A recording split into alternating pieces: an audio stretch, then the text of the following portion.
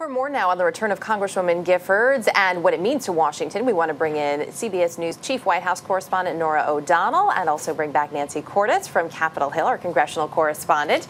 Norah, I'll start with you. You're right here next to me. We've seen a little bit about the reaction in Congress. We can't get enough of those pictures. What about the White House? Did the president have any idea that she was coming? The White House did get a heads up.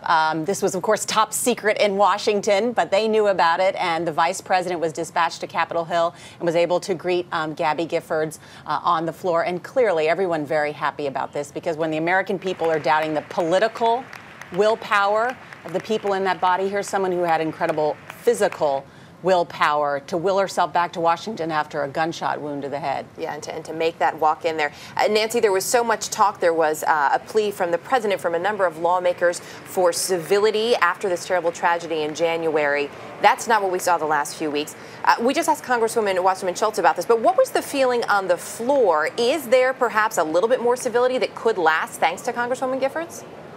Well, just for a few days, Erica. I mean, I think that the long-term political issues that divide these two parties sort of supersede the goodwill that they have towards this one member of Congress. They do love her. They were thrilled that she came back last night. But I think it might be a little bit too much to expect that her mere presence is going to dissipate all the anger that exists here over certain policies. There was this incredible surprise last night when we saw people cheering and clapping. We thought, oh, maybe they're clapping because the bill is about to pass. And then we saw Congresswoman Giffords there on the floor, surrounded by members of the right and the left, hugging her, embracing her, and cheering, and Vice President Biden welcoming her to the Cracked Head Club. Because he himself has had 2 craniotomies. You know, only the type of phrase that the vice president would use. But there was certainly a lot of excitement down there on the floor last night, and everybody put their hard feelings aside. Yeah, I think that was the consensus, that only the vice president may make that comparison and be able to get away with it, we should say. Yeah. But as we move forward today, of course, so this vote is supposed to happen in just a matter of hours. It would then, once passed by the Senate, go to the president's desk. What is the sense from the White House over the last, let's say, 24 hours about how we got to this point and how it is as the president prepares to sign that?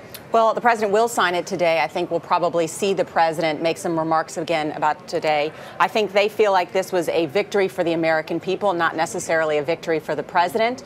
He did get an extension of this debt ceiling through 2012 and through his reelection. We avoided catastrophic default. But on the issues of doing some sort of grand bargain, some real reform that addresses the real problems that are facing America, I think there is a sense that this was a lost opportunity to immediately tackle tax reform, to immediately tackle entitlement reform. They say, look, the committee, the super committee in Congress is going to look at that stuff. But I think there is a sense of a little bit like, man, we could have done something really big here, and that was a lost opportunity. Yeah, that and, oh, wow, another bipartisan committee. Well, we'll continue to follow it. Norah and Nancy, thank you both very much.